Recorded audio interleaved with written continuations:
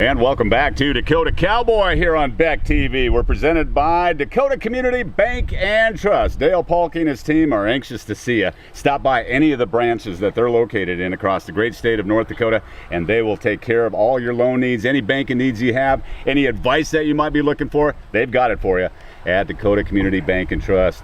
We're here in beautiful southeastern South Dakota, Canton to be exact, and visiting with a longtime buddy of mine, Phil Swanson. Good to see you, my friend. You too, my friend. Old bull rider from way back, yeah, huh? Long time ago. And this is his son, Dylan. Dylan Nice Swanson, thanks for having us out today. Appreciate it. Absolutely. All right, Phil, you know, driving down here, thinking about things and how you and I got to be friends and stuff back in the early 90s. You used to listen to me on the radio, and I used to be quite adamant about rodeo and bull ridings and things, and you called me up one day and we started visiting, and you told me about something called Bull Riders Only. Do you recall that? Yeah, that's when I was going to the BROs and you know, kind of winding down my career, but that's been a long time ago. But I remember a conversation that we had that you said you should see these productions. They're actually playing rock music. Yep. As the bulls are bucking, and I thought, wow, that just makes too dang much sense. Yep. So when was the last time you got on a bull? It's been, I was 40 years old, so it'd be almost 22 years ago. Physically, but in your head, when's the last night. Yeah. I knew it. I knew it. Yeah, I want to get back on, but Dylan said I got to lose 40 pounds. 40 pounds. Well, I got 30 to go. Oh, 30 to go. Okay. That was as of last night too. Yeah. Maybe 31 today. Huh? Yeah. Your day job. You've been working a long time for a local beer distributor. Yep. Worked for Budweiser in Sioux Falls, and spend a lot of time out here. Yeah. You know, my family farms out here, and Dylan's got my whole, old place here, and between Canton and where we live now and here, just a good place for my grandkids to grow up. I like coming out here and watching them. Yeah. Who planted the seed Raise 'em Rank Productions, Raise 'em Rank Rodeo? Was that Dylan Swanson, Raise 'em Rank? Yeah. What you used to ride? You rode bulls, right? Briefly, yeah. I think I got on my first bull when I was about 8, which would have been when he got on his last bull. I got on my first bull, and then I didn't get on anything till college. I rodeoed a little bit in college, so I had like a real late start at it, and it was just kind of, I never really accomplished what I wanted to in that, and really wanted to get into raising them. You know, I got a good job out of college and started raising a family, but really wanted to raise bucking bulls. So I think the first cow I bought, all I had was an F-150 pickup truck and a bumper pull horse trailer, and I started with one rodeo cow, and then from there I bought a couple sets from some guys that had some really deep page genetics, and that's really what started it. You know, we all to be successful in the sport of rodeo, whether producing, riding, competing, whatever, you got to find out where you fit in and where you're most comfortable at. And you felt your expertise was better served as raising these bucking bulls, this bucking bull program you got. Yeah, I've always been drawn to them. The rough stock, the bulls, I've got a couple kids running around now too, and at one point I was kind of the rodeo rat following him around, and I just couldn't let it go, so started raising them.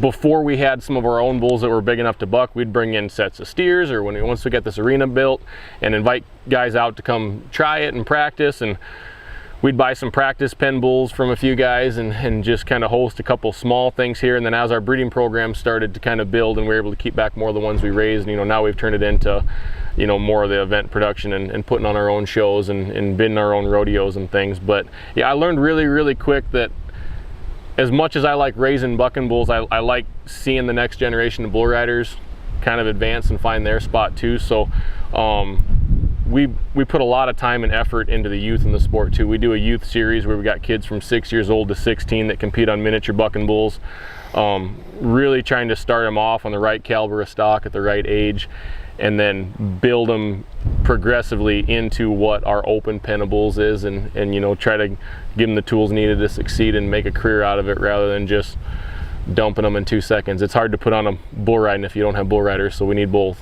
what he just said about, you know, bringing the young up and coming bull riders together, wouldn't that be something that Pete Longbreak would have said? Wouldn't that be something that Jim Sutton would have said too? I mean, it seems to be, like I said, you got to figure out where you fit into this rodeo game, and you got to be proud of this guy. Oh, I'm very proud of Dylan, what he's done with the Raise 'em Rank series. Just getting, you know, he's also one of the wrestling coaches in Canton. And I have another son that's one of the head coaches down in Canton. But it's really about the kids, and not so much, you know, making them better wrestlers. We are, and we want to make them better bull riders, but we really want to make them better men. You know? What's the liaison between training a wrestler and training a bull rider? What's the common things? What's different? Obviously, the difference are obvious, but what about the mindset? Yeah, so a lot of the mindset is honestly the same. The biggest difference is at the beginning of the day, you step on a scale at a wrestling tournament and you're gonna weigh the same as your opponent. You know, and you get into riding bulls, it's the true David versus Goliath. So it's so much more of a mental game. But you know, you look at the amount of talent East River, South Dakota, the amount of athletic ability East River, South Dakota, and kind of in the surrounding states where we're at, it's there in spades. And I see it coaching youth wrestling, but there's a lot of these kids that just didn't grow up on a third generation farm. You know, their dad didn't ride bulls. You know, they're not from Fort Pierre or from Belle Fourche, and you know, it was just in the family, you know, so they've just never been introduced to it. So a big part of what we're trying to accomplish is just give an opportunity, you know, showing them the door. They're the one that's got to kind of kick it open and see if there's something behind it. But yeah, I mean, it's been a blast, you know, just allowing kids the opportunity to try it. And at the same time, you know, our breeding program is, you know, we're finally kind of getting to the point where we can keep a lot more of our own stuff back, and I don't have to sell as many calves and things like that. So I love hauling bulls, but I really love hauling a load of bulls that we raised, and I could tell you where they were born, and you see the process and the progress that goes into like Pete Longbreak and Jim Sutton. Yeah. Tell us about your breeding program. Tell us about your ones that you're most proud of and the ones that you can't wait to see them nod on. Yeah, I mean, hopefully the best ones are yet to come. I started, like, the first breed bull I bought was a backlash son of a mudslinger daughter that I brought off of Hayden Shaw, and a set of 10 cows, and very heavy page bred, you know. So I bred to him for a few years, and we've got a good pen of rodeo bulls out of that bull. I've got some cows that I kept back from him. A couple years later, I bought a set of 20 cows, and they were all exposed to a bull called Z18 Little Brute. He'd be an I'm a Gangster son out of the dam to Brutus, and I've loved the calves that we got out of him. I also, around that same time, bought a yearling bull from the same guy that would be, he was an Oyster Creek son, and so that goes back to Showtime and kind of some of those bloodlines. And so the set of 2-year-olds I have right now and the set of yearlings that I've got out of him are all really showing a lot of progress, and or promise, I should say. And I've got one I raised actually turned out on some heifers right now, so I'm kind of excited to see. That'll be the first, when that set of heifers starts calving next year, that'll be the first set out of cows I raised and a breed bull that I raised, and he's out of a hustler daughter, and so that's I'm pretty excited about that. It's a lot of pride into unloading a set of bulls that you raised and did all the work on, you know. About how many events do you get to a year? There's a short handful that people just kind of have us bring the bulls to. I put on the SGRA rodeo down in Irene, South Dakota. We've done, last year I did an SGRA rodeo in Sioux Falls. We do a really neat bull riding in Harrisburg, South Dakota at an apple orchard. We've done one at wedding venues. Our finals for the second year in a row now will be in Mitchell inside the Corn Palace. So we'll turn that basketball court into a rodeo arena, which, I don't know, I got a thing with basketball courts. If there's not a wrestling mat or a rodeo arena on them, I don't really care to be in one. So we'll find a way to make them look better one way or another. And so we'll be going back there. Yeah, and just, you know, looking for new opportunities to bid. I love the classic, you know, SGRA rodeo down in Irene, where it's, you know, beautiful setting, and it's like stepping back in time. You know, I've been going on for 30 years, was the anniversary this year. But then I really get a kick out of putting a bull riding on in an area or a venue where you would not expect to see it, you know. So when you've got it set up and people are driving by, you bring in a whole new group of people who don't know what it is that you're doing, and they might not be fans when they show up, but hopefully they're fans when they leave.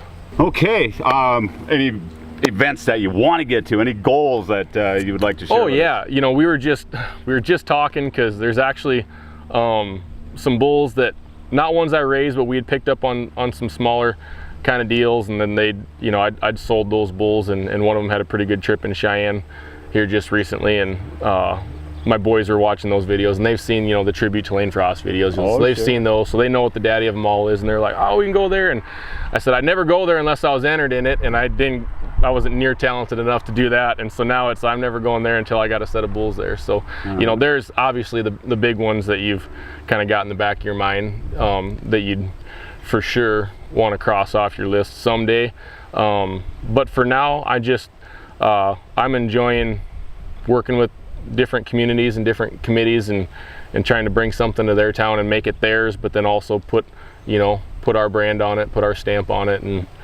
and so we'll keep exploring that for now. So just the goal is to keep your foot on the gas and see where this thing goes, and take it as far as you can with the right attitude and the right stock and the right mindset. Yeah, one of these years it's going to work out. It's one of them deals where you just kind of got to bet the farm on it and try to make it work. But yeah, we're hoping so. You know, we've had our fair share of hiccups and that sort of thing too, and have to dial back and just keep persevering. But well, it's been my experience that in order to be successful, a guy's got to step out of his comfort zone, and I don't think you're afraid to do that. I think you've already told us in the last 5 minutes that you're willing to take risks. Maybe a little bit too much, so. Oh man, wonderful. Who comes to this arena? I mean, do you have regular events? You got bleachers over here, you've got bleachers over there, you got a great set of buck and shoots. It's a great facility. Who comes here? Well, this is kind of one of them, if you build it, they will come, we kind of hoped type of deals. For me, it was just, even if I would have had the talent to be as good a bull rider as my dad was and see the venues that he had seen, I really don't like traveling all that much, you know? So it's one of them deals where it's like, hey, we can buck some bulls tonight, and I'm about 150 yards from my bed. And so we've had some fantastic bull ridings here, and for some of them practice pens that we'll do, or bull team events, you know, if we advertise for it, you know, we'll get a big local crowd. I mean, we're close enough to Sioux Falls where if we wanted the crowd here, we could get it. I don't advertise for them as hard anymore, so it's kind of a well-kept secret when we do some of those, just because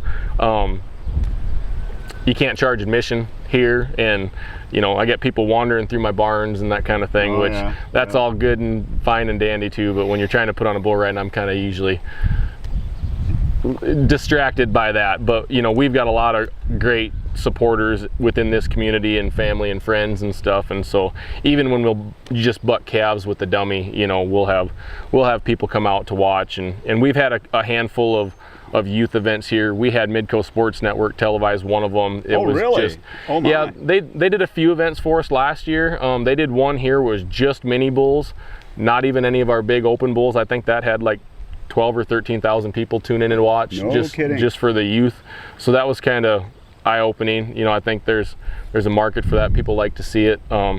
And it was cold. It was early spring, and like the weekend before, it was nice out, and then that day it was raining and cold. And I'm sure you remember Scott Lynn, but he was Scott was commentating with Midco guys, and yeah, they froze that day. But yeah, we've done some bull team events. I plan to do more of the bull teams and the futurity type things here at the house, but then you know, for our bigger productions, we've kind of outgrown this area in the parking that, you know, we can accommodate. So, you know, on an upcoming segment of Dakota Cowboy in the foreseeable future, you're going to hear a song called Raise 'em Rank by a guy named Sequoia.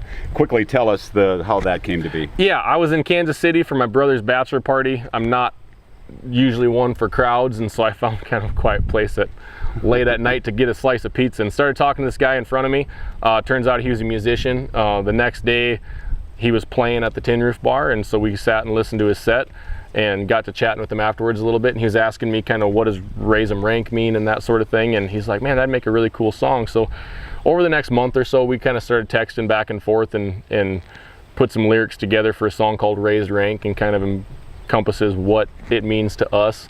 And Yeah, we sure like it. We're going to talk to Sequoia about that. It's an amazing song. You're going to love it. You're going to love it. Anything you'd like to add about your operation, about your dad, about anything, Dylan, before we wrap up here today? Not really. I mean, just, you know, thanks to everybody that supported us, getting us as far as we've come. Yeah, still got big dreams and plans for the future, but one step at a time and just keep nodding our head, I guess. Keep an eye on this guy. Keep an eye on this guy too.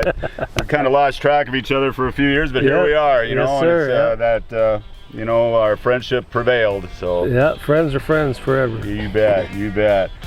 It's Dylan. Thank you, sir. And Phil Swanson. Yes, sir. Good. Raise them rank. Keep an eye out for that in the foreseeable future, and we appreciate you guys taking the time to join us here today. Really, thank you very much. You're welcome. You bet. This is Dakota Cowboy, presented by Dakota Community Bank and Trust. We're back in just a jiffy here on Beck TV.